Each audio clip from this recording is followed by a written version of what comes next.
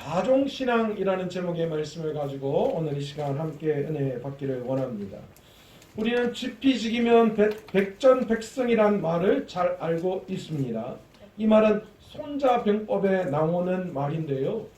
그런데 실질적으로 손자병법에 찾아보니까 이 지피지기는 백전백승이라는 말이 없습니다. 어떤 장수든 100번을 싸워서 100번 모두 이길 장수는 아마도 확률적으로 없는 것 같습니다. 그래서 그런지 손자병법을 기록한 손문은 성이라는 말 대신에 사실 위태롭다라고 하는 뜻의 태라는 말을 선택해서 사용했습니다. 그래서 사실 손자병법에는 지피지기는 백전백승이 아니라 지피지기는 백전백태라고 기록되어 있습니다. 그러니 이것을 해석하면 적을 알고 나를 알면 100번 싸워도 위태롭지 않다라는 그런 뜻이죠. 다 싸워 이긴다, 100번 다 이긴다 라는 것이 아니라 100번 싸워도 위태롭지 않다라고 그렇게 이 손문은 해석을 했습니다. 그렇다면 이런 생각을 우리는 해볼 수 있습니다. 적에 대해서 우리는 잘 모르지만 그렇다면 만약 가정해 볼 때에 적은 모르지만 나에 대해서는 잘 알고 깨닫고 있다면 과연 그 결과는 어떨까라는 추측을 우리는 해볼 수 있습니다. 손문은 이에 대해서 뭐라고 이야기하고 있느냐? 적은 몰라도 나만이라도 제대로 알면 한 번 지고 한 번 이긴다. 그렇게 표현을 했습니다. 그러니 최소한 자신만 알아도 어때요? 50% 승률의 확률을 가지고 있다라는 거예요. 똥강아지도 저기 집 앞에서는 50% 먹고 들어간다. 그런 말이 있듯이 내가 어떤 싸움을 할 때 일단 50% 승리를 잡고 있다라는 말은 굉장히 큰 승률이기도 합니다. 그런데 만약에 적도 모르고 나도 모른다라고 가정해 볼 때 어떤 결과가 나타날까요? 아마도 이런 사람이 승리를 꿈꾸거나 하는 것은 어리석다라고 말할 수밖에 없겠죠. 아마도 이런 사람은 백전백패가 아니라 백전백패가 될 수밖에 없을 것입니다. 우리의 신앙도 마찬가지 아닐까요? 우리가 이 땅에서 우리는 영적인 전쟁을 매 순간순간 싸워야 할 사람들입니다. 그런데 매 순간순간 모든 전투에서 사실 우리가 다 영적인 싸움에서 이기면 좋겠지만 그럴 수는 없다라는 거예요. 그러니까 오늘 말한 대로 우리가 매 순간순간 싸워야 할 영적 전투에서 우리가 위태롭지만 않다면 여러분 그것만큼 훨씬 더 우리가 좋은 일이 어디에 있을까요? 우리가 승기를 잡고 나아간다. 그것만큼 좋은 일이 어디 있을까요? 그러니까 우리가 앞으로 싸워야 할 적이 누구인지 우리가 어떤 적을 만날지는 모르지만 최소한 우리 스스로의 신앙 상태가 어떤지만 정확하게 깨닫는다면 우리는 앞으로 영적 전투를 치루어야 할 그 전투에서 최소한 50%는 승기를 가지고 싸울 수 있다. 그런 승률을 가지고 싸울 수 있다라는 것이죠. 그리고 매 순간 싸워야 할 영적 전투의 대상이 누구인지 말씀을 통하여 깨닫는다면 우리는 아마도 매 영적 전투에서 백전백패 어떤 전투에서도 위태롭지 않는 그런 영적 전투를 싸워가게 될 것입니다. 그러기 위해서 지금 내가 세상 속에서 영적인 전투를 승리하기 위해서 내 영적 전투의 실력이 내 영적 전투 내 신앙의 이 전투력이 어느 정도인지를 우리는 정확하게 파악할 수 있어야 합니다. 이것이 신앙생활에서 참 중요한 일입니다. 우리는 스스로를 평가할 때에 간혹 참 후하게 참 이 자신을 높이 평가하는 경향이 많습니다. 어느 날 우리 딸을 하고 엘리베이터를 타고 가는데 우리 딸이 거울 속에 자신의 모습을 보면서 아빠 그런데 나 오늘 참 예쁘지 않아요? 이렇게 이야기하는 거예요. 그래서 내가 참, 뭐 자기 딸은 뭐 진짜 어디가 좀 찌부러져도 자기 눈에는 최고 예쁘잖아요. 저도 저희 딸이 참 예쁘게 보여요. 그런데 객관적인 눈으로 볼 때는 이게 달라지는 거예요. 제가 그런 딸을 바라보면서 제 마음속에 그런 생각이 들더라고요. 속으로 도대체 저 자신감은 어디에서 나오는 걸까? 뭘 보고 거울을 보면서 아빠 나 정말 예쁘지 않아요? 그래, 내 눈에는 예쁜데 다른 사람 눈에는 그렇게 보이지 않을 수도 있단다. 그런 생각을 했습니다. 그런데 누구나 다 그렇지 않아요. 아닌 것 같으면서도 그런 스스로가 다 거울을 보면서 아유, 난 진짜 못났다. 그렇게 다른 사람에게 가서 나는 진짜 난 제 얼굴이 좀 못났어요 하면서도 내 스스로는 그래도 뭐 이 정도면 뭐 이런 생각이 여러분들 마음속에 다 있어요. 그러니까 어디 가서 왜 그래 못났어 그런 기분 나쁘잖아요. 너 왜 내가 어때서? 니는 얼마나 잘났는데. 그죠? 우리 모두가 다 우리 스스로를 참 높이 평가하는 경향이 없지 않아 있는 게 사실. 그리고 사실 그게 뭐 굳이 꼭 나쁘다고 표현할 수 있는 건 아니죠. 그런데 문제는 신앙적인 면에서도 마찬가지예요. 신앙적인 면에 있어서도 자기 스스로의 신앙을 굉장히 높이 평가하는 그런 경향이 참 많아요. 입으로는 내가 죄인이고 영적으로 부족하고 연약해서 무언가 주님의 강력한 역사가 필요하다라고 그렇게 우리 스스로 말은 하는데, 그런데 어떻습니까? 누군가를 평가할 때 보면요, 내가 연약한 건 하나도 없고 내 입에서 나오는 건 그냥 나는 다 괜찮은데 네가 문제다. 네는 어떻게 이렇게밖에 못하니? 이렇게 이야기하면서 스스로 나는 괜찮은 신앙인인 것처럼 이야기할 때가 참 많이 있어요. 자신의 생각을 말할 때도 마찬가지. 어떤 일에 대해서 자신의 생각을 이야기할 때도 자기는 전혀 문제가 되지 않아요. 자기는 지금 신앙의 어떤 부분에 있어서는 무언가 다 갖추어진 것처럼 생각하고, 그렇기 때문에 이건 이렇게 해야 돼, 저건 저렇게 해야 돼, 이렇게 자기 스스로가 괜찮은, 영적으로 신앙적으로 괜찮은 사람인 것처럼 생각하며 말할 때가 많이 있다라는 겁니다. 제가 정치 이야기는 말씀에서 거의 안 해요. 정치는 사실은 자신의 취향이지 뭐 이걸 뭐 어떻게 정의 내릴 수 있는 건 아니에요. 그런데 이번 대통령 선거를 보면서 너무 안타까워요. 뭐 묻은 개가 뭐 묻은 개 나무란다고. 뭐 별반 다를 게 없는 것 같아요. 뭐 이쪽 부인이나 저쪽 부인이나 내가 봤을 때 뭐 거기서 거긴 것 같고, 이쪽 분이나 저쪽 분이나 사실 다 거기서 거긴 것 같고. 그런데 말하는 거 보세요. 내 문제는 하나도 문제가 되지 않고 상대가 심각한 문제가 있는 것처럼 모두 다 그렇게 이야기를 합니다. 나는 괜찮다는 거예요. 내가 지금 있는 문제는 아무 문제도 아니고 네 문제가 지금 더 심각하다. 그렇게 이야기하는데 국민들은 다 알아요. 뭐가 더 심각한 문제인지. 사실 다 똑같죠. 우리 경상노회 안에서도 마찬가지로 노회가 좀 시끄러워요. 그래서 노회 방 안에 이 카톡방이 있는데 그 방에 모 목사님이 엄청난 글들을 올려요. 너무 안타깝더라고요. 그 목사님이 그 글을 올릴 때요, 제가 그 목사님이 왜 그런 글을 올리는지 알거든요. 자기가 예전에 당했다는 거예요. 그러면서 글을 올리는데 자기는 정의롭다고 이야기하는데 끝을 이야기하면 내가 옛날에 당한 게 있으니까 거기에 대한 지금 복수를 하겠다. 판세를 한번 뒤집어 보겠다. 그거예요.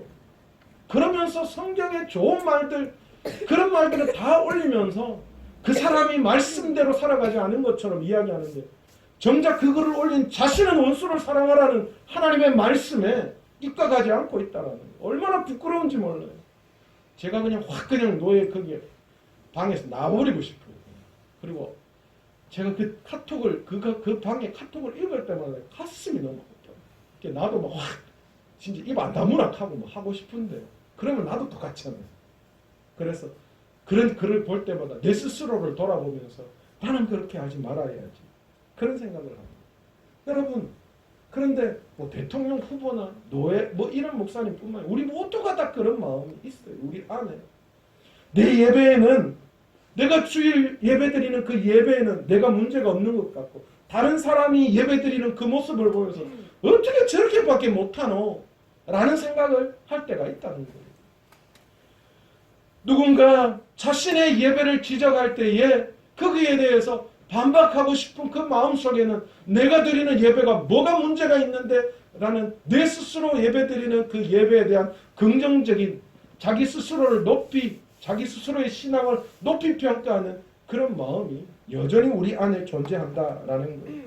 우리의 감사와 우리의 찬양과 우리의 기도와 우리의 교회 생활 전반적인 모든 부분에 있어서 우리 스스로가 우리의 신앙생활을 높이 평가하는 그런 후하게 점수를 주는 경향이 우리는 있다라는 겁니다. 어떤 경우에는 자신이 행하는 것에 대해서 합리화시키죠. 이거는 어쩔 수가 없는 거지. 그걸 가지고 또 내한테 이야기하면 어떻게 이렇게 자기 합리화하는 경향도 없지 않아 있습니다. 그러나 여러분 그렇지 않습니다. 우리는 반드시 우리의 신앙을 아주 객관적으로 아니 어쩌면 하나님의 말씀에 입각해서 우리의 신앙의 수준이 어디에 있는지 우리의 영적 전투력이 어느 만큼인지 명확하게 판단할 수 있어야 그래야 우리가 앞으로 치러야 할 영적인 전투를 잘할 수 있는 거예요. 그냥 나는 괜찮으려니 라고 하다가는 백전백패하는 수가 분명히 우리의 삶 가운데 나타난다라는 거예요. 저는 오늘 말씀을 통하여 우리의 영적인 상태를 네 부류로 나누어 보려고 합니다. 오늘 말씀을 통해서 나의 신앙이 어떠한 위치에 있는지 우리 스스로가 깨닫고 그 위치를 벗어나서 조금 더 신앙의 장성한 분량의 단계에 이를 수 있는 저와 여러분 되시기를 간절히 축원합니다. 또한 어떤 영적인 전투 가운데서도 위태로움 없는 영적 전투를 치를 수 있는 그런 능력을 갖출 수 있는 저와 여러분 되시기를 원합니다. 에베소서는 바울이 옥중에 있을 때에 기록한 서신입니다. 에베소는 바울이 이 참 공을 많이 들인 도시 가운데 하나입니다. 사도행전 19장에 보면 이 사도 바울이 에베소 교회에 전도한 내용들을 쭉 열거하고 있습니다. 에베소는 거대한 항구 도시로서 그리스와 로마의 신을 숭배하는 이 종교적인 중심지이기도 했습니다. 그래서 우리가 잘 알고 있는 아데미 신상, 그죠? 그 신상이 이 에베소에 있었습니다. 바울은 이곳에서 3년 가까이 머물면서 전도를 했는데 그 전도의 능력이 효과적으로 잘 드러났습니다. 이제 그러다가 그곳을 떠나서 전도행을 계속하다가 로마의 감옥에 갇혀지게 됐습니다. 그 로마의 감옥에 갇혀 있을 때에 에베소 교회를 향하여서 감옥에 있으면서 그들을 돌보기 위해서 글을 쓴 것이 에베소서이지요. 에베소서는 크게 두 가지 부류로 나눌 수 있어요. 1장에서 3장부터는 복음에 대한 이야기를 해요. 그러니까 에베소 안에 이 이방인과 유대인이 어떻게 하나가 되어서 이 구원의 놀라운 역사에 이룰 수 있는가에 대한 이야기를 1장에서 3장 그리스도 예수를 통하여서 복음으로 하나가 되어지는 역사 그것이 어떻게 나타나는지에 대한 그것에 대한 이야기를 하고 있고 4장에서 6장까지는 우리 복음에 대한 이야기를 들은 그들의 삶 속에서 그들의 삶 속에서 어떻게 영향력 있는 삶을 살아갈 것인가에 대한 이야기를 직접적으로 하고 있다라는 것이죠. 그러면서 그 모든 것을 사도 바울은 사랑이라는 단어로 연결시키고 있음을 우리는 볼 수 있습니다. 이웃과 공동체 안에서 그리스도인다운 사랑으로 하나 되고 사랑으로 교회를 만들어 나아가야 한다라는 것을 강조하는 것이죠. 4장에 들어오면서 바울은 성령 안에서 하나 된 그리스도인들이 각양받은 은사대로 교회를 세워갈 것을 권면하면서 오늘 본문 14절과 같이 이야기를 합니다. 뭐라고 이야기하느냐? 이것은 우리가 이제부터 어린아이가 되지 아니하여 사람의 속임수와 간사한 유혹에 빠져 온갖 교훈의 풍조에 밀려 요동하지 않게 하려 함이라. 이렇게 말씀하는데 여기서 우리가 아직 어린아이가 되지 아니하려 함이라 그렇게 말씀합니다. 여기서 우리는 신앙의 첫 번째 단계를 찾아볼 수 있습니다. 바로 피동적인 신앙, 어린아이와 같은 신앙이라는 것이죠. 피동적 신앙이란 바로 오늘 본문에서 말하는 어린아이와 같은 신앙이에요. 어린아이는 누군가가 자기를 이끌어주고 보호해주지 않으면, 자기를 지켜주지 않으면 안 되듯이 피동적 신앙도 어린아이와 같이 보호를 받지 아니하면 세상 속의 속임수와 간사한 유혹에 빠져 요동하기 쉽고 특별히 이단에 빠지기 쉽다라는 것이죠. 그러기에 바울은 성령의 충만함으로 이 어린아이와 같은 신앙에서 벗어나 그리스도의 장성한 분량의 그리스도의 장성한 분량이 충만한 데까지 이르라고 그렇게 에베소 교회를 향하여 권면을 하고 있습니다. 여러분, 우리는 이 어린아이와 같은 신앙, 피동적인 신앙에서 벗어나야 합니다. 여러분, 피동적인 신앙이 뭐예요? 주일 예배 드려야 된다, 그렇게 이야기해서 끌려오는 거예요. 기도해라, 성경 읽어라, 전도해라, 헌신해라, 그 이야기를 들을 때에 헌신하는 거예요. 여러분, 이런 신앙을 어린아이와 같은 신앙, 피동적인 신앙이라고 우리는 볼 수 있습니다. 여러분, 우리의 신앙이 결코 여기에 머물러서는 안 되는 줄 믿습니다. 그 이야기를 들어서 하는 것이 아니라 자율적으로 그 이야기를, 그 일들을 해나갈 수 있는 그런 믿음에 우리의 분량이 반드시 필요하다라는 겁니다. 어제 식사를 하고 좀 늦게 오후에 교회를 다시 왔더니만 교회가 아름답게 꾸며져 있는 것을 보았습니다. 제가 뭐 하라고 그렇게 말씀을 드린 것도 아닌데 우리 장로님 늘 아름답게 이 교회 안에 화초를 꾸미고 강단을 장식하고 그렇게 아름답게 꾸미는 모습을 보면서 제가 너무너무 감사한 마음을 표현할 수밖에 없어요. 제가 절대로 시킨 거 아니에요. 여러분, 우리의 믿음이 늘 타율적인 신앙, 이거는 이렇게 해야 돼요, 이거는 저렇게 해야 돼요가 아니라 내 마음 속에서 하나님을 향한 그런 열정에 의해서 나타날 때에 그 신앙이 어린아이의 신앙을 벗어나는 거예요. 세상의 속임수가 얼마나 강력한지 몰라요. 그래서 정신을 차리지 아니하고 있으면 어느새 우리는 세상의 속임수에 속아서 세상이 추구하는 방법대로, 세상의 유혹대로 따라가게 되어 있어요. 여러분, 우리가 어린아이와 같은 이 타율적 신앙을 가지고 있다면 금세 세상에 속아서 세상이 추구하고 세상이 요구하는 대로 흘러갈 수밖에 없다는 거예요. 요한계시록 12장 9절에서 16절에 보면 뭐라고 이야기하느냐. 큰 용이 내쫓기니 옛 뱀 곧 마귀라고도 하고 사단이라고도 하며 온 천하를 꿰는 자라. 그가 땅으로 내쫓기니 그의 사자들도 그와 함께 내쫓기니라. 여러분, 사단은 뭐 하는 거예요?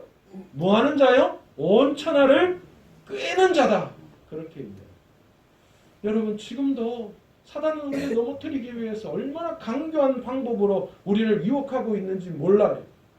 우리가 정신을 차리고 있지 않으면, 어린아이와 같은 신앙, 타율적 신앙에 젖어 있으면, 그 단계에 머물러 있으면 어느 순간 사단이 우리에게 찾아와 유혹해서 우리를 넘어뜨려서 사단이 요구하는 대로, 세상이 요구하는 대로 세상의 풍요로움을 쫓고 사단의 유혹을 쫓아서 신앙을 저버리게 되는 그런 일들이 우리 안에 있다니까요. 그러니 우리가 어린아이와 같은 신앙에 머물러 있어서는 안 되는 거예요. 그냥 조금이라도 그냥 그래 있으면 그러면 얼마나 좋겠습니까만은 그 상태에서는 능력이 나타나지 않는 거예요. 언제 어떤 유혹에 빠질지 몰라요.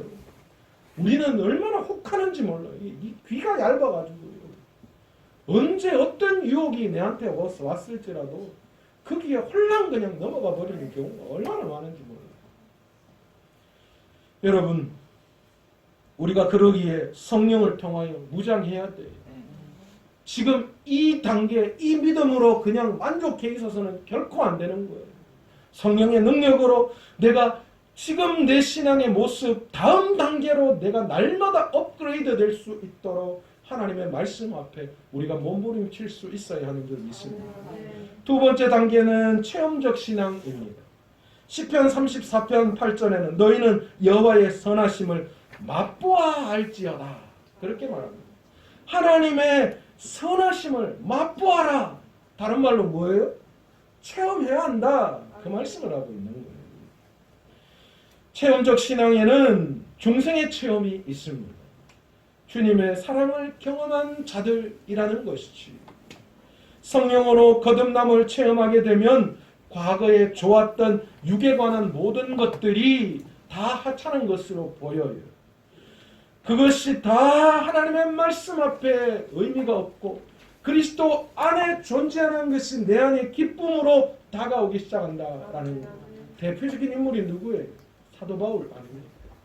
사도 바울이 자기의 뜻에 의해서 자기의 신앙의 열심을 쫓아가다가 예수 그리스도를 인격적으로 만남으로 말미암아 예수님의 사랑을 그가 영적으로 체험하고 경험하고 난 다음에 그의 삶이 180도 바뀌어져 버렸어요. 그가 추구했던 세상의 그 더 존귀한 그 모든 것들이 그리스도 안에서 바라보니까 다 배설물로 여길 정도로 하찮은 것으로 여길 정도이고 주님 안에 있는 것이 거룩하고 존귀하고 위대하게 보이기 시작했다는 것이죠. 두 번째 체험적 신앙은 기도 응답의 체험입니다. 여러분, 아무리 큰 일도 기도하면 쉬워 보이고요. 아무리 작은 일도 기도하지 않으면 우리 앞에 태산같이 다가오는 줄 믿습니다. 여러분, 기도 응답의 역사를 경험한 자는 기도하지 않을 수가 없어요. 이런 말씀드리면 어쩌면 좀 불경건하게 이야기할 생각될 수도 있지만 여러분, 기도 응답의 맛을 한번 보면요, 얼마나 짭짤한지 몰라요. 내가 기도하니까 기도한 대로 이루어지는 거예요.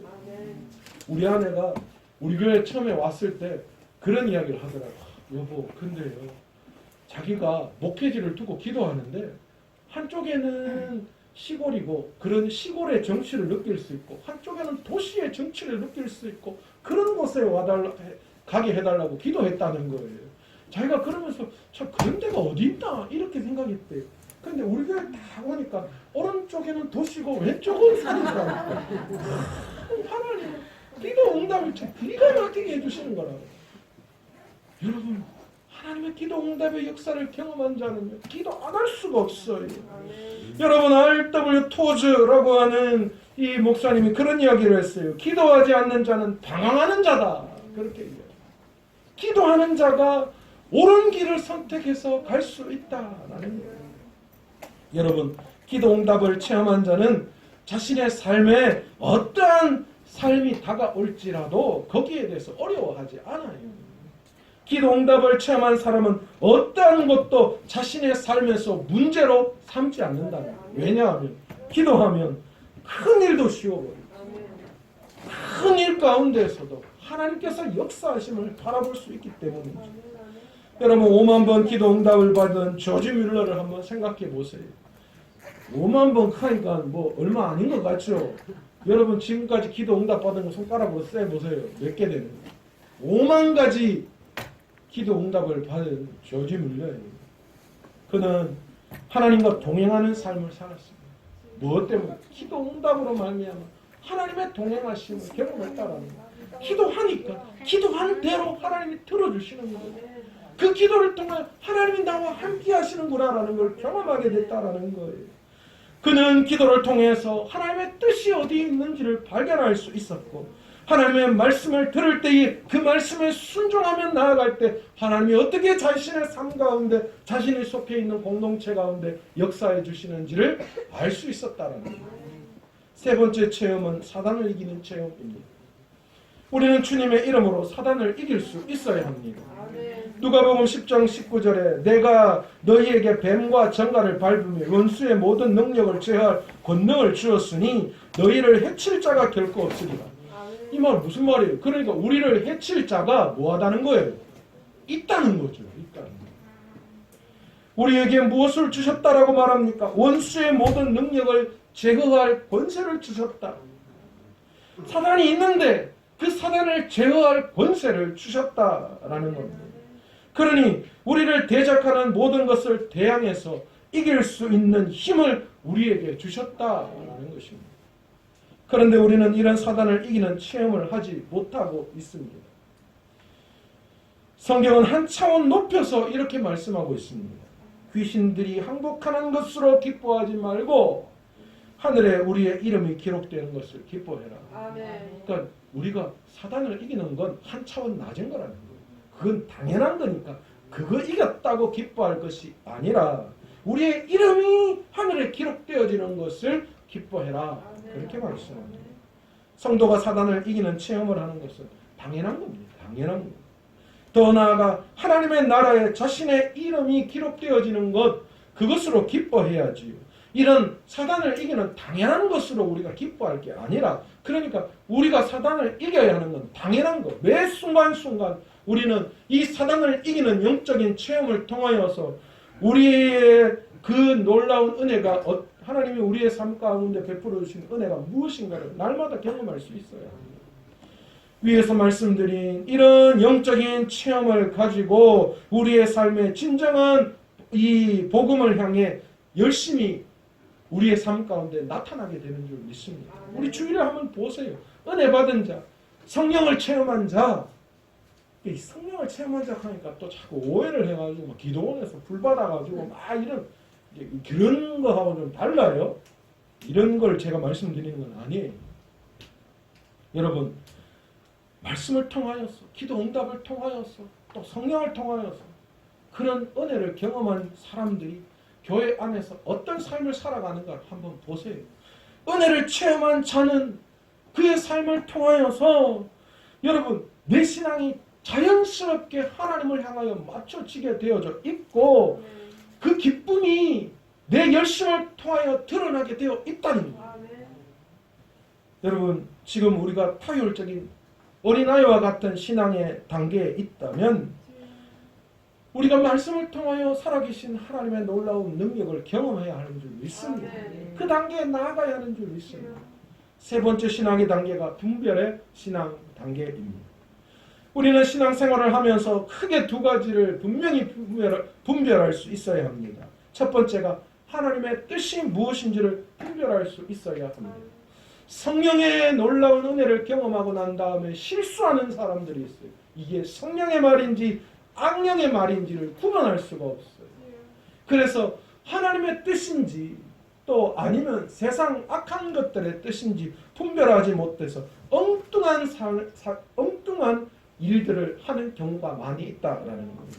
로마서 12장 2절에 보시면 너희는 이 세대를 본받지 말고 오직 마음을 새롭게 함으로 변화를 받아 하나님의 선하시고 기뻐하시고 온전하신 뜻이 무엇인지를 분별하도록 하라. 그렇게 말씀하셨어요. 내게 손해가 되어도 어려운 일이 있어도 하나님의 뜻을 깨달았다면 우리는 그대로 순종할 수 있는 순종함이 필요합니다. 왜 그렇습니까? 이 세상도 정욕도 다 지나가는 거예요. 그러나 오직 하나님의 뜻을 행하는 자는 하나님 앞에서 영원히 기억되어지기 때문이죠. 우리가 사단의 도구가 되어서는 되겠습니까? 하나님의 말씀의 뜻이 무엇인지를 분별할 수 있는 능력을 갖출 때에 우리가 그 신앙의 단계에 오를 수 있어야 한다라는 거예요. 아, 이건 하나님의 뜻이구나. 그 신앙을 분별할 수 있는 단계에 올라야 해요. 두 번째는 성령과 악령을 분별할 줄 알아야 합니다.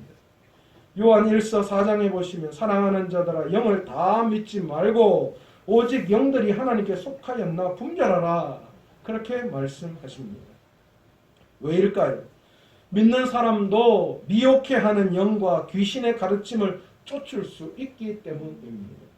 디모데전서 4장 1절에 보시면 그러나 성령이 밝히 말씀하시기를 후일에 어떤 사람들이 믿음에서 떠나 미혹하는 영과 귀신의 가르침을 따르리라 하셨습니다.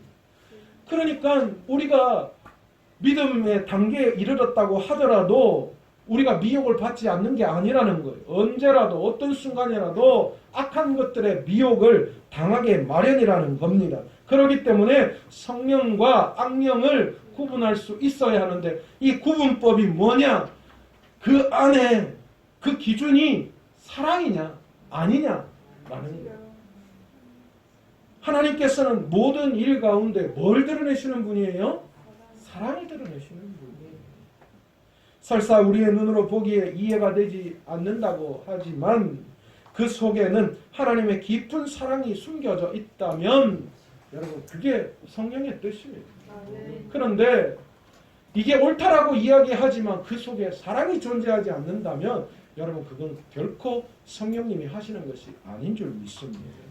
그러기에 우리 성도님들은 성령과 악한 것들을 구분하는 기준이 사랑임을 깨닫고 과연 이것이 사랑 안에서 예수 그리스도의 사랑 안에 있는지 그렇지 않는지를 분명히 분별할 수 있는 그런 신앙의 단계에 이르시기를 원합니다. 네 번째 마지막 단계가 뭐냐? 열매 맺는 신앙입니다. 이 신앙의 단계는 이제 드디어 어린아이 타율적 신앙의 단계를 벗어버리고 자율적인 단계에 올라가 있다라는 거예요. 여러분 공부할 때도 보면 그렇잖아요. 이 공부할 때도 보면 공부하려고 딱 마음 먹는데 누가 부모님이 공부 좀 해라 그러면 마음이 팍 상하잖아요. 저도 옛날에 가장 싫었던 게 이제 공부 좀 하려고 책상 정리 탁 하고 방 정리하고 다 정리해가 공부하려고 탁 앉았는데 원래 저는 이제 뭘 하려고 하면 시간이 좀 걸려요. 그래서 공부하려고 탁 마음 먹었는데 갑자기 어머니가 옆에서 니는 지금까지 뭐하나 공부도 안 하고 방 치우다가 세월 다 보내나. 진짜 공부 딱 하려고 했는데 기분 팍 상해야 안 한다. 기분 상해 안 한다. 우리 딸이 닮아서 그런지 몰라요. 여러분 그렇잖아요. 우리의 신앙도 마찬가지. 옆에서 뭐 해라 그래가지고는 여러분 안 돼요. 내 스스로가 내 안에서 나타나야 되지. 이제 열매 맺는 신앙의 단계가 바로 우리의 신앙이 자율적인 신앙. 내 스스로 보이는 거예요. 하나님의 역사심, 내가 어떻게 사명을 감당해야 하는지가 그때가 일하는 거예요. 제가 예전에 말씀드렸잖아요. 담임 목사가 되니까 보이지 않는 게 보이더라고요. 옛날 부목사 때는요. 제가 비서실에 근무할 때 담임 목사님하고 이렇게 교회를 한 바퀴 돌면 우리 담임 목사님 딱 보시더니만 현수막이 3cm 밑으로 떨어지면 저게 안 보여 이러시는 거예요. 나는 아무리 봐도 괜찮더라고요.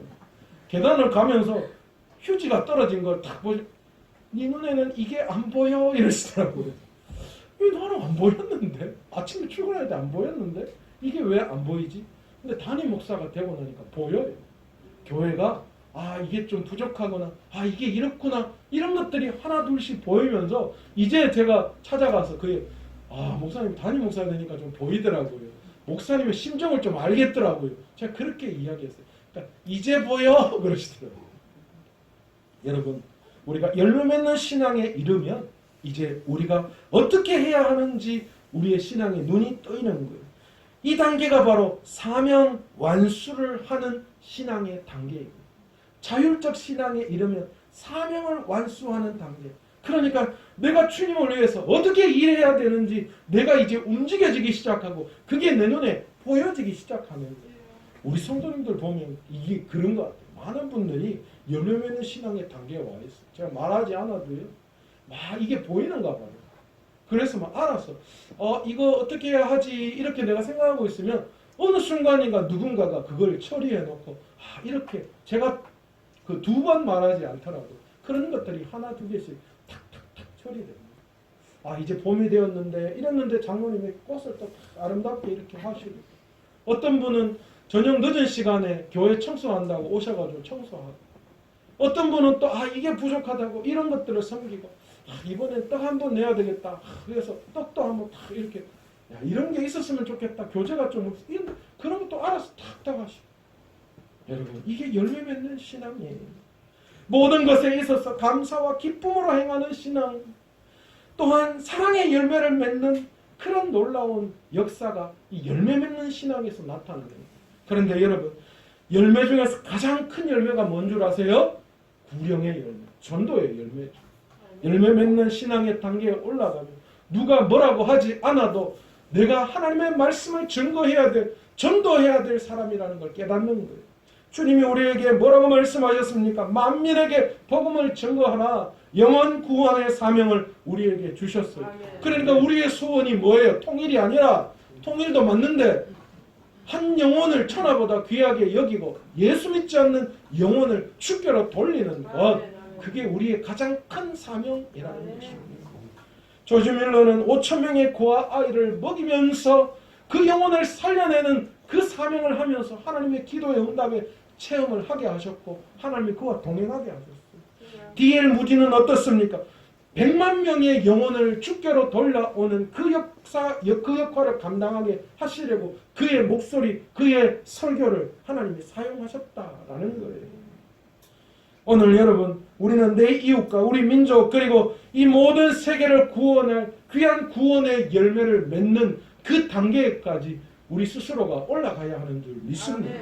또한 우리가 열매 맺는 신앙에서 중요한 열매는 사랑의 열매를 맺어야 한다라는 것입니다. 여러분, 이 세상의 모든 것이 잘 되고 복이 좋아도 그 속에 사랑이 없다면 아무 소용이 없어요. 아무 소용. 주님의 그 사랑이 우리의 사명 안에, 우리의 열매 안에 그것이 존재하지 않는다면 그게 무슨 의미가 있겠어요? 내 충고가 그 사람을 살려내는 그 역사 속에 그 사랑으로 그것이 드러나지 않는다면 그게 무슨 충고가 될 수 있어요?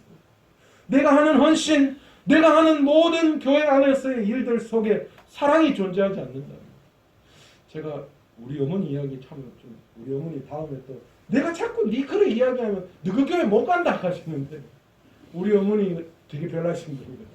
교회 일하면 주방, 그때 주방에 권사로 권사회 회장으로 주방을 하시는데, 우리 어머니는 자기 마음에 하나라도 안 들면 가만히 안 두셔요. 집사님들이 막 하는 청소 제대로 안 하는, 청소를 이렇게밖에 못하나 하시면서 막 양념 같은 거 마음대로 쓰면 양념을, 교회 양념을 이래 막 하고 다 온데 흘려놓고 막 엄청 머쓱하시고 막 이러시거든요. 근데 제가 늘 그래요. 어머니는 교회를 아름답게 주방을 깨끗하게 관리한다라고 이야기를 하셨지만, 제가 그래서 어머니, 그런데 그 다 뭐가 드러나야 하느냐? 그 안에서 진정한 사랑이 드러나지 않는다면 그러면 주방 취업 보야지. 그거 주방 안에서 계속 그 분쟁이 일어나고 자꾸 문제가 일어나고 마음이 상한다면 주방 취업 보야지. 그거 뭐 주방이 왜 필요해?